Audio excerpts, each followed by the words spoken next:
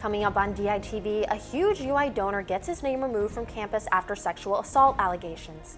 And later, a popular Iowa City event is returning for a second year. We take a closer look at career win number 400 for Iowa basketball head coach Fran McCaffrey. And we give you the story on one track athlete who hurled over the competition at the Black and Gold premiere this past weekend. Up and downs with snow this week. Find out more in weather. All that and more coming up on this Thursday morning edition of DITV. Stay where you are as DITV starts right now.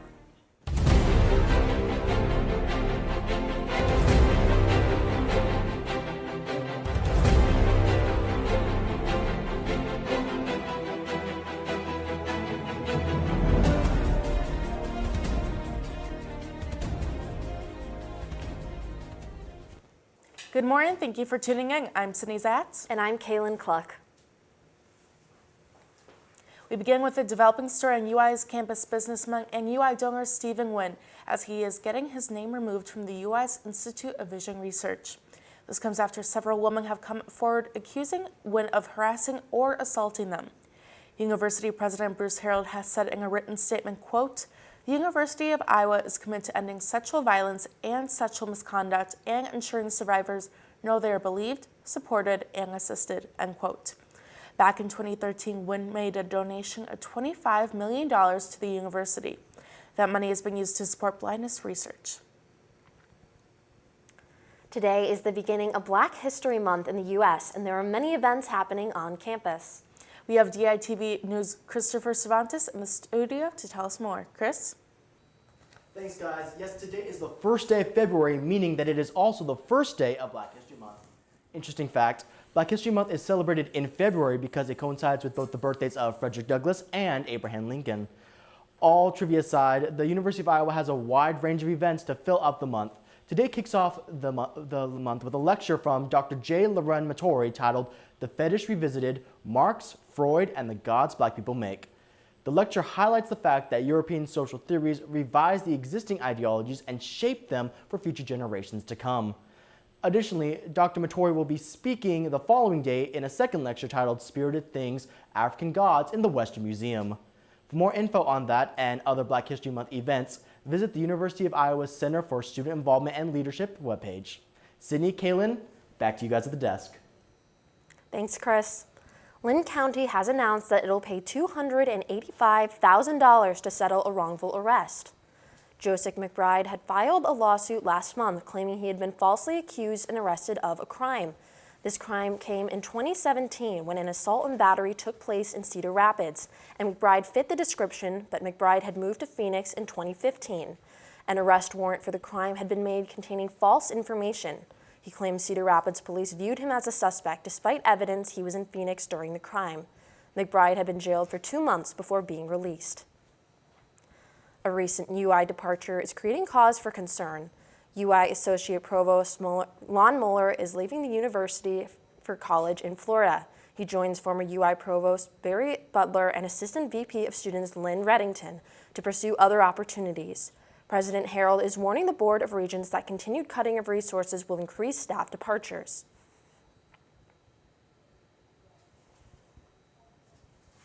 The new Gallup report on President Trump's approval rating has become public. This poll documents President Trump's average job approval and disapproval rating for every state in 2017. In Iowa, the poll identifies Trump as having a 43% approval rating. His disapproval rating for Iowa is 51%. These results support President Trump more than the national average. Nationwide, his approval rating was 38% and the disapproval rating was 56%. Well, Kaylin, it has been getting even more chilly out. I always say you never know what to expect with Iowa weather. And I heard we might even have some snow in the forecast. I know. I was reporting outside yesterday and I was fine, but I definitely wouldn't want to be out there today. And we've got Jinyook Kim in the weather studio to tell us more. Jinyook?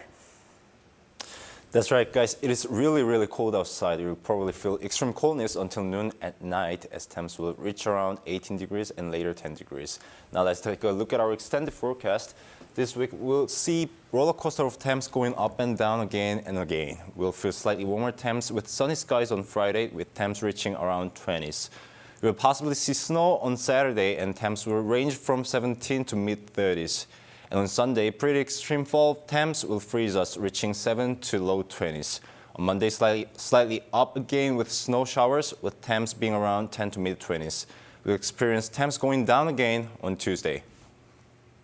Prepare for dynamic up and downs of this freezing weather. That's your weather for the week. Sydney and Kellen, back to you. Thanks, Jinhyuk. Big changes are coming to the Iowa Memorial Union's former Big Ten room. An open house event Wednesday afternoon unveiled designs honoring different facets of UI history. The 9-month project presented plaques and themed art in each room. Associate Director for Events Services Corey Lockwood used the theme of Iowa's 47 Things to Decorate. This included unique art showcasing the 47 traditions and colorful aspects of university life. The downtown district has announced that a blockbuster event from last summer will be returning in 2018. I headed over to the Penn Mall to find out what Iowa City can expect from this year's block party.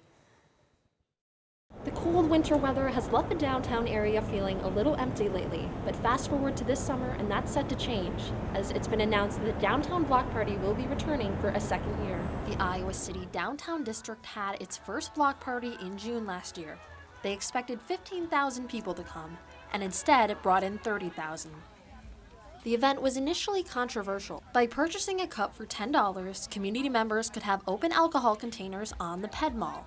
Downtown District Operations Manager Betsy Potter said the event was risky, but its massive success last year made bringing it back an easy decision.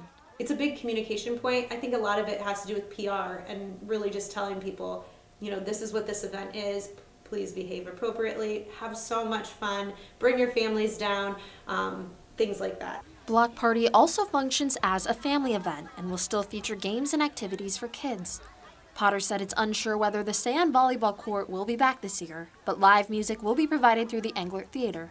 Additionally, local cinema film scene will likely show another alleyway movie. This is an exciting way for people who might not know what a nonprofit cinema looks like to come out and check out our space and maybe grab a drink and go back out to the Penn Mall and watch a film. Planning is still in its early stages, but the focus is still on bringing business to local bars, restaurants, and venues. Block Party 2018 will be on June 23rd from 5 to 11 p.m. Reporting from downtown Iowa City, this is Kaylin Cluck, DITV News. There's news that the first quarter wave is gaining international recognition on February 27th. The wave will be the only U.S. nomination at the Loris World Sports Awards. The nomination is for the sporting moment of the year. That's right, and Hawkeye fans waving to kids at the UI Children's Hospital has been an extremely inspirational tradition. It began in August of last year and it has been gaining worldwide attention. This will be the tradition's second awards shown, as it won Disney's Spirit Award back in December. You know, Kaylin, that probably is my favorite part of the Hawkeye games, and I know we've seen footage of the kiddos and their reactions. I know they love it just as well. And we have Dance Marathon coming up this weekend, so lots of news about the kiddos. I know, I'm so excited for the big event. And also this weekend, we have a lot of sports, and we've got Will and Taylor in the sports studio to tell us more. Guys? Yeah, we had an exciting weekend coming up. I'll be covering swimming this weekend myself. This past weekend we had track and we had men's basketball, where I heard we had a pretty big story, Taylor. Yeah, we sure did. The Iowa men's basketball team was looking to add a third conference win to their standings on Tuesday night as they faced the Minnesota Gophers in Carver. Not only was the team looking for a big win, but head coach Fran McCaffrey was looking for a special win of his own. Taylor Cassian tells us more. Not only was Tuesday night's big victory against Minnesota a great conference win for the Hawks, it was also a historic milestone for Coach Fran McCaffrey, who claimed his 400th career win. Hawkeyes went into this Minnesota game with only 2 Big Ten wins under their belt. Coach McCaffrey knew that winning was not only imperative for the team, but a win would also mean a great accomplishment in his coaching career. It was clear when the Hawks took the court that they were playing to win. The Hawks were up by 10 points within the first 10 minutes of the half. It became a tough battle, but they remained on top going into the second half and fought until the very end, clinching the 94-80 victory over the Gophers. Coach McCaffrey celebrated the win for 2 big reasons, but gives all his credit on his 400th career win to the great athletes that he has had the privilege to coach over the years. For me is remind me of the great players I've coached, the great athletic directors I had. I've been pretty fortunate to work for some very special people, and I've had some really good players. You don't get 400 wins being a great coach. You get 400 wins when you have great players. Yeah, you know, after the locker room, we all congratulated Coach, and you know, it was a good win for us. I think you know, Coach really wanted it, and he was really glad of how we played tonight and our energy, pretty much our effort, our ball movement, a lot of things we did good tonight. This upcoming Saturday, the Hawkeyes will travel to Penn State, where they look to clinch yet another Big Ten victory, and where Coach Fran McCaffrey hopes to get his 401st career win. Reporting for Iowa basketball, this has been Taylor Cassian with DITV Sports. Congratulations to Coach McCaffrey on a milestone win in his career. Yeah, it was definitely a big win for Coach Fran, and this has made the Hawkeyes hungry for more as the team faces Penn State on Saturday, where they look to redeem themselves from a prior loss to the Nittany Lions earlier this season and pick up a 4th Big Ten win. That's right, Fran McCaffrey wasn't the only Hawkeye to reach a personal milestone this week. DITV sports reporter Nicole Tomasic has more on the track athlete who registered a personal record at the Black and Gold premiere. The Iowa track and field program competed in their final home meet this past weekend as they hosted the Black and Gold premiere, which featured the return of a Hawkeye record holder, Aaron Mallett. So when I came in as a freshman, he was a junior, so I had 2 years with him. And him coming back to train this year has been great to always have someone to chase in practice. And I don't think I'd be where I was today if he wasn't here to help me out. Aaron's departure from the team has opened up space for a new star on the roster. This role is being filled by junior 60-meter hurdle runner Chris Douglas. I'm inside to see, Chris Douglas put together a phenomenal race, and I mean that time it's right on the border of being a time that should get into the national championships for him in the 60 hurdles. I'm focusing a little bit more on speed this year. Last year I did some endurance too, because I'm also a 400 hurdler. So my coach would always have me running longer stuff in practice on our harder days and occasionally 4x4 at the meets, but he's been keeping me more speed oriented this year, and I think that's been a huge part of my success in the off-season. Off-season training and his newfound focus on speed paid off for Chris as he had a career best performance with a time of 7.76 seconds in the 60-meter hurdle event at the Invitational. They just need to keep racing, and that's how they build confidence, and that confidence is what keeps them motivated. They're starting to see, those big performances are getting a lot closer. You can see more of Chris Douglas in his next meet either at Iowa State University or the University of Arkansas. Reporting from the University of Iowa Recreational Building, this has been Nicole Tomasic reporting for DITV Sports. Taylor, I was actually at the premiere this weekend. I got to witness him beat former Hawkeye and All-American Aaron Mallett by 1/100th of a second. Well, I heard that Aaron Mallett has actually the 13th fastest time in the world. Yeah, that's right, Taylor. I was there at the meet. I just couldn't believe it. Chris Douglas ran maybe one of his best meets I've ever seen. Aaron was maybe a little slow, but I think he was surprised with the competition that he got from Chris Douglas. Well, that's pretty impressive. And that's it that we have for you in the sports studio. Be sure to tune in tomorrow as our reporters hit campus to see what students are thinking about the Super Bowl this weekend. And be sure to check out the Daily Iowan YouTube page for our segments, including Around the Big Ten with Lucy Rodine, Top 10 Plays of the Week, Hawk Takes, and $5 Trivia Challenge. Guys at the desk, back to you. Thanks, guys.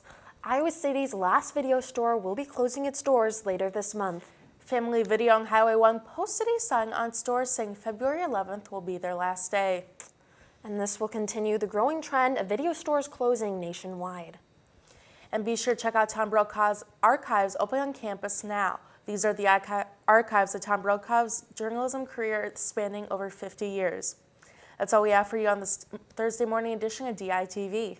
Be sure to head over to dailyiowan.com for all your latest news between Monday and Friday. If that is enough for the Daily Iowan for you, be sure to check out the print edition on stands now. For DITV, I'm Kaylin Cluck. And I'm Sydney Zatz. Have a good day, Iowa City, and happy Thursday.